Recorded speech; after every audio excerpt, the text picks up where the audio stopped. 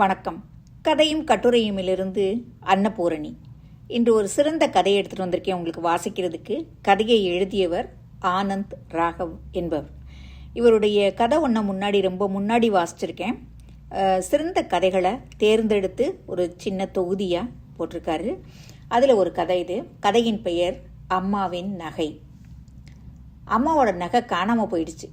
6 பவுண்டில் நெளியாக முறுக்கி நடுவில் சின்ன சின்னதாக மாங்காய் எனப்பு போட்ட ரெட்டை வடை சங்கிலி.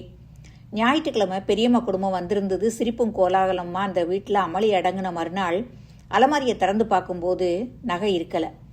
நானும் மாதவும் வீடு முழுக்க தேடிட்டோம், அகப்படலை. அம்மாட்ட நகைன்ற தகுதியில் இருந்தது அது ஒன்று தான். கழுத்தில் ஒரு சன்னமாக ஒரு சவரன் செயின், கையில் பழுப்பெரிய 4 சோக வளையல்கள், எண்ணெய் இறங்கின சிவப்புக்கள் தோடு, ஒத்தக்கல் மூக்குத்தி. இது தவிர அவள் பத்திரமா பாதுகாத்து வந்த ஒரே பொக்கிஷம் அந்த ரெட்டவடை சங்கிலி தான்.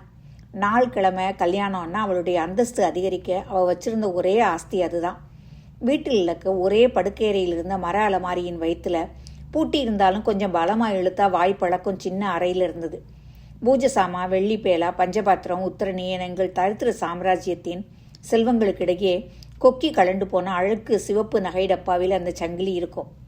எல்லா விசேஷங்களுக்கும் தன்னோட மாம்பழ நிற பட்டுப்புடவையும் அந்த ரெட்டவடை சங்கிலியும் அந்த மர அலமாரி பாதுகாப்பிலிருந்து வெளியேற்றி சீருடை மாதிரி அம்மா போட்டுக்குவா. அந்த மாம்பழப்பட புடவை ரெட்டவடை சங்கிலி கோலத்தில் அம்மாவை பார்த்தாலே பெரியம்மா பரிகாசம் செய்வா. ஏண்டி, இன்னொரு புடவையும் நல்ல சங்கிலியுமா வாங்கிட்டா உன் புருஷனுக்கு ஒன்று அடையாளம் தெரியாமல் போயிடுமா என்ன? அட்லீஸ்ட் அந்த அழுக்கு படிஞ்ச சங்கிலியாவது கொஞ்சம் பாலிஷ் பண்ணி போட்டுக்கலாமோ இல்லையோ? பாலிஷ் பண்ணி போட்டால் சேதாரம் ஆயிரும். இது காயத்ரிக்கு அவள் கல்யாணத்து போது பாலிஷ் பண்ணி கொடுக்கலாம் அப்படின்பா. நகை அலங்காரம் இல்லாமலேயே அம்மா அழகுதான். தங்க புஷ்ப மஞ்சள் நிறத்தில் குண்டு கண்ணங்களும் அடர்த்தியான புருவத்தின் கீழே கோழி குண்டு கண்ணும் துளி பிசிறு இல்லாத கூரான நாசியுமா வளர்ந்த பெரிய ஃபேரக்ஸ் பேபி மாதிரி அம்மா கொள்ள அழகு. அப்பாவோட ஜோடியாக நிற்கும் போது அவருடைய கருப்பு நிறத்துக்கு அவள் கரியடுப்பில் எரிகிற தணல் மாதிரி தான் தெரிவா. ஏமா இந்த கருப்பு பிராமணனை போய் கல்யாணம் பண்ணிட்ட? என்னோட கலர் நாசமாயிடுத்து பாரு. மாதுவின் பொய் கோபத்தில் வெட்கம் கலந்த பெருமிதத்தில் முகம் ஜொலிப்பு கூடும். அவளுக்கு நகை ஆசையே கிடையாது, விட்டு போயிடுச்சுன்னு தான் சொல்லணும். அப்பா நல்லா இருந்த காலத்தில் அவள் வச்சிருந்த நெளி வளையல், பவழ மோதிரம், மல்லிகை மொட்டு மாலை, வைரத்தோடு, மாங்காய் மாலை, 50 பவுன் நகைகள் ஒன்னொன்னும் மெல்ல மெல்ல அவளை விட்டு போயிடுச்சு. அப்பா வேலை இழந்து தவிக்கையிலையும் மாமியார் படுத்த படுக்கையான பின் அவள் வைத்தியத்துக்கும் அப்பாவின் ஒரு வில்லங்க கோர்ட்டு கேஸுக்கும் எங்கள் குடும்பத்தை தாக்கிய தரித்திர அம்புகளில் அவள் நகை ஒன்றொன்னா பறிப்போனது. அவளே தான் மனமோர்ந்து கொடுத்துருக்கா. ஆர்ப்பாட்டம் இல்லாமல், கண் கசக்கல் இல்லாமல், மனசு முழுக்க சம்மதமாய் அவளே தான் தந்திருக்கா. இந்த ரெட்டவடை சங்கிலி தவிர்த்து அது அவள் பிரத்யோக சந்தோஷம். அவள் தாம்பத்தியத்தின் அந்தரங்க மகிழ்ச்சிகள் முடக்கி இருந்த ஞாபக சின்னம். அதை மட்டும் அவள் விட்டு தராமல் பூட்டி வச்சிருந்தா. அந்த சங்கிலி வாங்கினதில் ஒரு சின்ன கதை இருக்குது. அந்த நகையின் மீது அதீத பற்றலுக்கு அது முக்கியமான காரணமாக இருக்கலாம். அப்பா அவளுக்கு 30 வருஷத்துக்கு முன்னே வாங்கி தந்தது. ஸ்ரீவில்லிபுத்தூர் நாடக சாலை தெருவில் அவங்க காதல் பொங்கிய திருமண வாழ்க்கை ஆரம்பித்த போது அப்பா பரிசீலித்த முதல் நகை. தாத்தா இறந்து அவர் சொத்துக்கள் எல்லாம் அம்மாவின் மாமியார் வசம் வந்ததும் அம்மாவுக்கு கிடைச்சது சில உதவாக்கர சாமான்கள். மற்றதெல்லாம் அவள் உறவினர்களுக்கு பிரித்து கொடுத்துட்டாரு. அப்பா அதில் வெகுண்டு போய் சண்டை பிடிச்சி அவங்க அம்மாவை மனசு நோக பேசி அம்மா அதில் ஒன்றை கூட தொடாமல் அவங்களுக்கே கொடுத்து மனப்பூர்வமாய் ஒதுங்கி போன சம்பவத்தை சொல்லியிருக்கா. அம்மா மனசு நொந்ததை சகிக்காமல் ரோஷமாக தான் அப்போதைய சொற்ப சம்பாத்தியத்தின் சேமிப்பை வழிச்சு எடுத்து கைமாத்து வாங்கி சவரனுக்கு 150 ரூபாய்னு அன்றைய எட்டாத விலை கொடுத்து அம்மாவுக்கு வாங்கி கொடுத்த முதல் நகை. வீட்டில் தெரிஞ்சா அனாவசிய மனஸ்தாபம்னு நடந்து போகும் தூரத்தில் இருந்த பெரிய கடைக்கு குதிரை வண்டியில் அம்மா சொல்ல கேட்காம அவளை இழுத்துக்கிட்டு போய் சங்கரநாராயணன் செட்டியார் கடையில் வாங்கி தந்தது. அந்த நினைவுகள் மனதில் மோத சிரிப்பும் பெருமையுமாய் முகம் சிவக்க என்கிட்ட சொல்லியிருக்கா. 30 வருஷம் ஆகி அந்த நகை நிறம் குன்றி போய் நாகரிகத்துக்கு பிற்பட்ட அசட்டுக்களை வந்த பின்னாடி கூட அவள் பிடிவாதமாக வச்சிருந்தது அந்த ஞாபக தித்திப்பை மனசில் வச்சிருக்குன்னு தான் தோணுச்சு. அந்த அந்தரங்க சந்தோஷம் இன்னைக்கு தொலைஞ்சு போயிடுச்சு. அம்மா நில குலைஞ்சு போனா. அவளுடைய அத்தனை சந்தோஷங்களையும் ஒரே கோடாலி வீச்சால வெட்டி சாய்ச்சது போல அழுக வத்தி போய் அதிர்ச்சியில் மௌனமாக உறைஞ்சு போனான். அன்னைக்கு முழுக்க சாப்பிடாம, வீட்டில் யார்ட்டையும் பேசாமல், நான் சொன்ன சமாதானங்கள் காதில் ஏற்காம, என்னமோ யோசனையில் நிலகுத்தி போய் பேச்சிட்டு கிடந்தா. விஷயம் சொன்னதும் அப்பா ரொம்பவே வெகுண்டார்.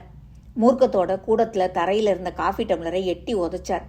கோபம் தலைக்கேறி வாயில வார்த்தைகள் கெட்டு புரண்டன.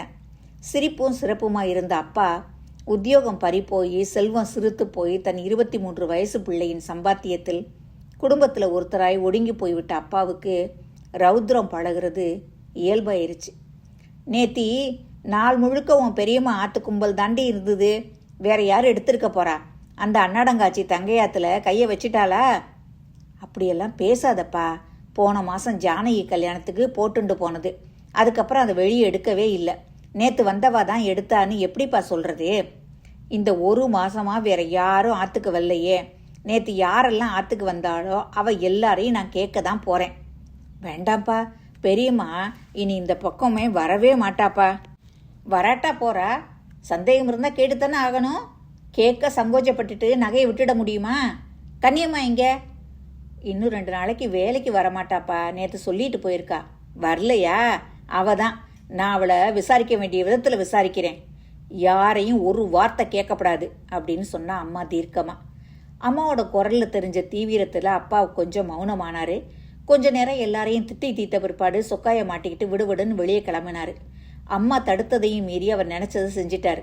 பக்கத்து போலீஸ் ஸ்டேஷனில் பேசி கம்ப்ளைண்ட் எல்லாம் இறங்காம ஒரு கான்ஸ்டபிளில் பேசி அழைச்சிட்டு வந்து கன்னியம்மா வீட்டை தேடி கண்டுபிடிச்சு அவளை மிரட்ட வச்சு சாக்கடையில் கல்லை எரிஞ்சிட்டாரு. கன்னியம்மா எங்கள் வீட்டுக்கு வந்து தெருவே அதிர்ற மாதிரி எங்களை தூத்தி வாசலில் நின்று மண்ணை வாரி இறைச்சி நாரசமாக சபிச்சிட்டு போக அம்மா அவமானத்தில் இன்னும் ஒடுங்கி போனான். மாது ஒன்றும் அதிகமாக அலட்டிக்கலை. இந்த 23 வயசில் குடும்பத்தை காப்பாற்ற வேண்டிய கடமையில் இந்த நகை தொலைந்த விஷயம் அவனை பாதிக்கவே இல்லை. பிகாம் முடிச்ச அவசரத்திலேயே பல்லாவரத்தில் ஒரு தொழிற்சாலைக்கு வாரத்தில் 6 நாளும் காலையில் 7 மணிக்கு அவசரமாக காப்பியை முழுங்கிட்டு ஓடி போய் ஓவர் டைம் மின்சார ரயில் கும்பல்னு மிதிப்பட்டு ராத்திரி திரும்பி கிடைக்கிற மிச்ச நேரத்தில் ICW ACSன்னு பொறுப்பு மூட்டை சுமக்கிற அவனுக்கு இந்த நகை தொலைஞ்சு போனது வெறும் அதிர்ச்சி செய்தியா பணம் இழப்பா மட்டும்தான் தெரிஞ்சுது. மாது அம்மா கையை பிடிச்சிக்கிட்டு என்னென்னமோ சமாதானம் சொன்னான். அழுக்கா பித்தளையாட்டம் இருந்தது அந்த சங்கிலி.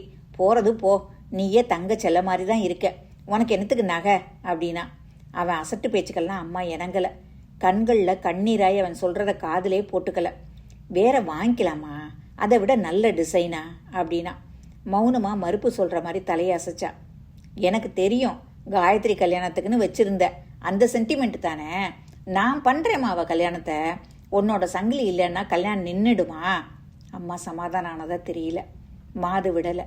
அப்போதைக்கு எழுந்து போனவன் அம்மாவோட அழுகையில் உசிப்பேறி போய் அலுவலக சொசைட்டியில் பணம் புரட்டினான். ஒரு வாரம் கழித்து தொலைஞ்சு போன சங்கிலி டிசைனில் இன்னொன்று வாங்க என்னை ரகசியமாக தங்க மாளிகையை கூட்டிகிட்டு போனான். அந்த பிரதான முறுக்களும் மாங்காய் கொக்கி வடிவமும் அந்த கடை முழுக்க தேடி கிடைக்காம ஒரு வழியாக கிட்டத்தட்ட அதே மாதிரி வடிவத்தில் மாதுவோட பட்ஜெட்டை 3000 ரூபாய் வெஞ்சி ஒன்று வாங்கினோம்.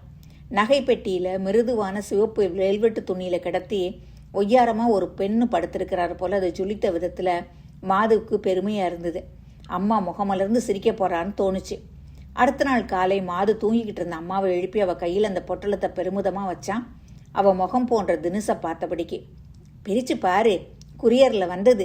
ஒரு வாரமாக நீ அழறது சகிக்காம பெருமாளே எழுந்து தாயார் கழுத்துலேருந்து கழட்டி வைகுண்டத்திலேருந்து அனுப்பியிருக்கார்.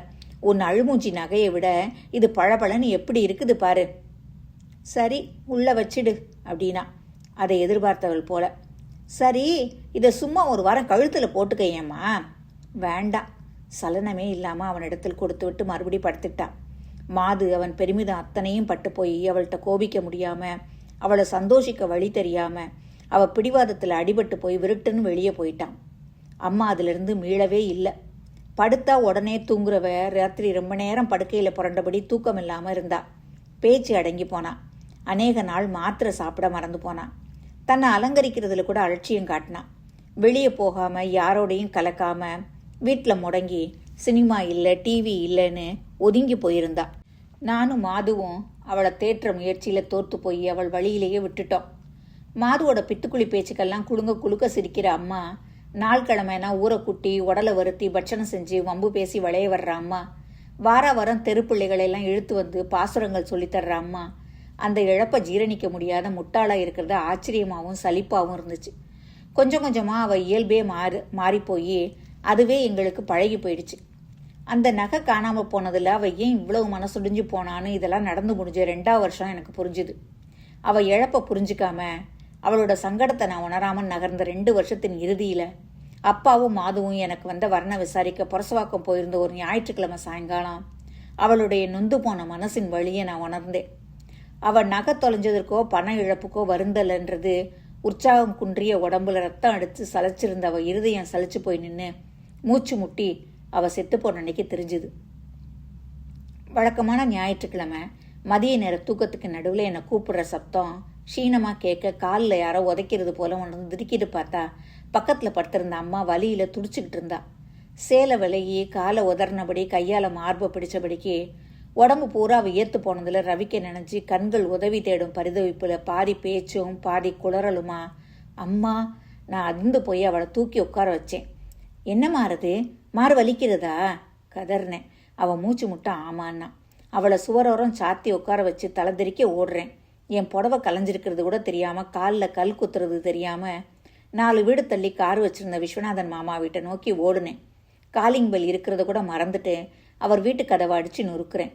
கதவு திறந்த உடனே மாமா மாமா அம்மா மார்வலின்னு துடிக்கிறா, ஆஸ்பத்திரி போகணுன்னே. மூச்சு இறைக்கேன். அவர் பதில் சொல்கிறத கூட கேட்காம அம்மாவை தனியை விட்டு வந்த நினப்பில் படபடக்க திரும்பி ஓடி வந்தேன்.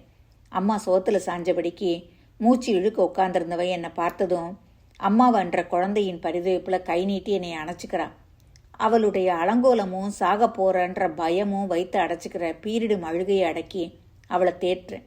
பயப்படாதம்மா, கார் வர்றது, ஆஸ்பத்திரிக்கு போயிடலாம், பயப்படாமல் இரு, ஒன்றும் ஆகாது, தண்ணி எடுத்துன்னு வர்றேன். எழுந்திருச்சு என்னை கையால் பிடிச்சு இழுக்கிறா. போகாதன்னு ஒரு கையை ஆட்டுறா. கண்ணு முழுக்க மரண பயமும் பரிதவிப்பும் அப்பி கிடக்க மனசில் கிளம்பின வார்த்தைகள் இருதயம் இறுக்கிய வலியோடு இழுத்து இழுத்து என்னமோ சொல்கிறா. வார்த்தைகள் தடுமாறுது, பாதிதான் விளங்குது. என்னம்மா சொல்கிற, புரியலம்மா. அவள் பேச போராடுவதை சகிக்க முடியாமல் பேசுறதை நிறுத்திட்டு தன் கழுத்து சங்கிலியை கலட்டுறா. வளையல்களை கையிலிருந்து கலட்ட முயற்சிக்கிறா. முகத்தில் ஆவேசத்தோட கணுக்கையில் சிக்கி கொண்ட வளையல்களை பிடிச்சு இழுக்கிறான். நான் அவள் செய்த செய்கையின் அர்த்தம் புரியாமல் அவளை திருப்திப்படுத்த அவசர அவசரமாக கலட்டுறேன். கண்ணில் கண்ணீர் பெருக்கெடுக்குது. என்னை பார்க்குறா. கழுத்துன நகைகளை எடுத்து என் கையில் வச்சு உனக்கு உன் கல்யாணத்துக்கு திக்கி திணறி சொல்கிறா. கைகளாலே என் தலையை வாஞ்சையோட வருடுறா. சாக போகிறது தெரிஞ்ச விதத்தில் என்னை கண் கொட்டாமல் பார்க்குறா. என்னை விட்டுட்டு போக மனசில்லாதவ மாதிரி என் கைகளை இறுக்கி அணைக்கிறா. உனக்கு ஒன்றும் ஆகாதுமா, நான் அழுகையோட போராடுறேன். வெளியே கார் சத்தம் கேட்குது. அவள் முகம் கோணுது. அவளுடைய பலம் அத்தனையும் திரட்டி தன் கையால் என்னை இழுக்கிறா. இன்னும் சொல்லி முடிக்கலைன்ற தவிப்பில் என் முகத்தை அவள் வாயருகில் கொண்டு போகிறா. அவள் உஷ்ணம் காத்து என் முகத்தில் பட்டு சுடுது. நெத்தி வியர்வை என் கண்ணத்தை நினைக்குது. வளையல்களை என் கையில் வச்சு மூடி பலம் கொண்ட மட்டும் கையை அழுத்துறா. உடம்பெல்லாம் பதற என்னை இழுத்து அப்பா கண்ணில் படாமல் பத்திரமா வச்சுக்கோ அப்படின்னு சொல்கிறா கடைசியாக. கதையை அந்த இடத்துல முடிக்கிறாரு கதையாசிரியர் ஆனந்த் ராகவ் அவர்கள். எல்லா இடத்துலையும் இந்த மாதிரியான விஷயங்கள் அங்கங்கே நடந்துட்டு தானே இருக்குது. கதையாக படிக்கும்போது மனசு கொஞ்சம் இதாக இருந்தால் கூட இது நிறைய இடங்களில் உண்மையில் நடக்கிற விஷயந்தானே அப்படின்னு தோணுது. மீண்டும் அடுத்த வாரம் நல்லதொரு கதையுடன் உங்களை சந்திக்கிறேன். நன்றி, வணக்கம்.